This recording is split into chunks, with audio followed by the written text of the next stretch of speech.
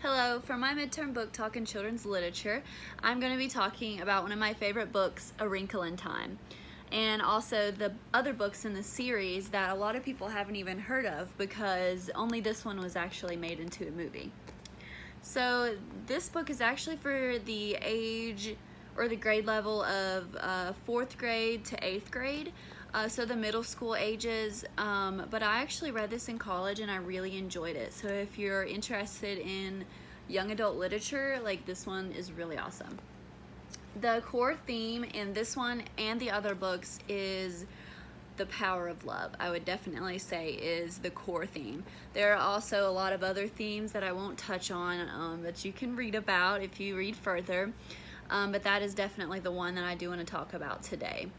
So the first book is A Wrinkle in Time, the one that I have here. I don't have the other two, but the second one is called A Wind in the Door, and the third one is called A Swiftly Tilting Planet.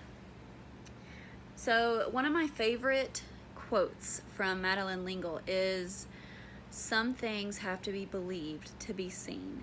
And I think that is the perfect description of all three of the following books in the series that I'm going to talk about. So the first one, A Wrinkle in Time, this book is amazing. You can see that I've tabbed so many things in here and highlighted. I couldn't put it down. It's amazing. And I just want to tell you a little bit about it. The main characters are the children, Meg, Charles Wallace, and Calvin. There's also a mother and father of Meg and Charles Wallace that are pretty big. But Meg is the older sister to Charles, and Calvin is the schoolmate to Meg, who are close friends, and potentially love is in the air here. Stay tuned.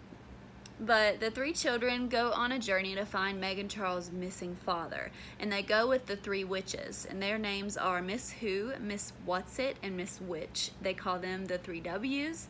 Literally the most creative names. I love the creativity in this book. It is so unique. But the kids travel to many worlds in search of Mr. Murray, which is the father, and they do that by tessering. And if you don't know what tessering means, it means time traveling. And that's the hugest thing in this book is time traveling, that they tesser.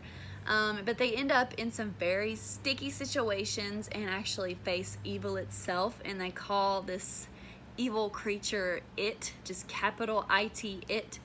And I'll leave you wondering exactly what it is and whether or not they rescue Mr. Murray, a mystery, so that you can go read this awesome book and find out for yourself. So now I'll lead into book 2, A Wind in the Door. A lot of people, like I said, haven't read this one because they only think there's one because there's only one movie, but you should definitely read it. It has the same characters. My favorite quote from the book is, "If someone knows who he is, really knows, then he doesn't need to hate."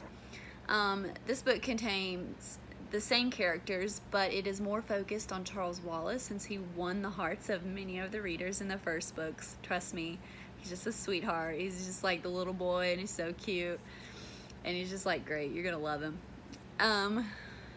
But Meg is worried about him, and he's starting to be bullied in school, but he's also diagnosed with a really worrisome disease. But don't let this really realistic human situations kind of fool you though, because this one is just as mystical as the first one. I don't think I mentioned it, but in the first one they when they time traveled, they jumped planets and they went to different planets. So they do some really cool stuff in this one too. Hint hint, dragons are in their backyard in this one, so there's some pretty cool things still. But the task overall is to save Charles Wallace. So there's going to be another love element in there, and they use love to do that. But I'll leave that part of the book a complete mystery so that you can read it. Okay, book 3, A Swiftly Tilting Planet. Picture this. I just want to describe this to you because it's absolutely perfect. The characters you've been following along with in the other 2 books, you're already attached to them. You've been following along, and they're no longer kids anymore. You started as kids, and now they're adults. Calvin and Meg, they're married by now, and it's just like perfect. They're a family and they're growing up, and you followed along with them through this journey. But in the book, it starts out, it's Thanksgiving and all is good in the world until there's a threat of a nuclear war. And who else to save the world than Meg, Calvin, and Charles Wallace again? This book brings us back to tessering and time traveling to save the world. Seriously, so cool. The journey to fix this problem is just as exciting as the last time they went planet hopping, and you're gonna absolutely love it. So, to conclude and tie all the books together, all three of the books touched on the one very essential theme, love, like I mentioned. As they all had their own problems and solutions, it really always came down to what people do for those they love and the true power love can have in winning battles over evil. All in all, these books are must read because they are not only jam-packed with interesting, fun, and adventure stories, but they also teach a lot of valuable life lessons you won't forget. So I hope to hear that a lot of you have read this book or are planning on reading it after hearing this book talk.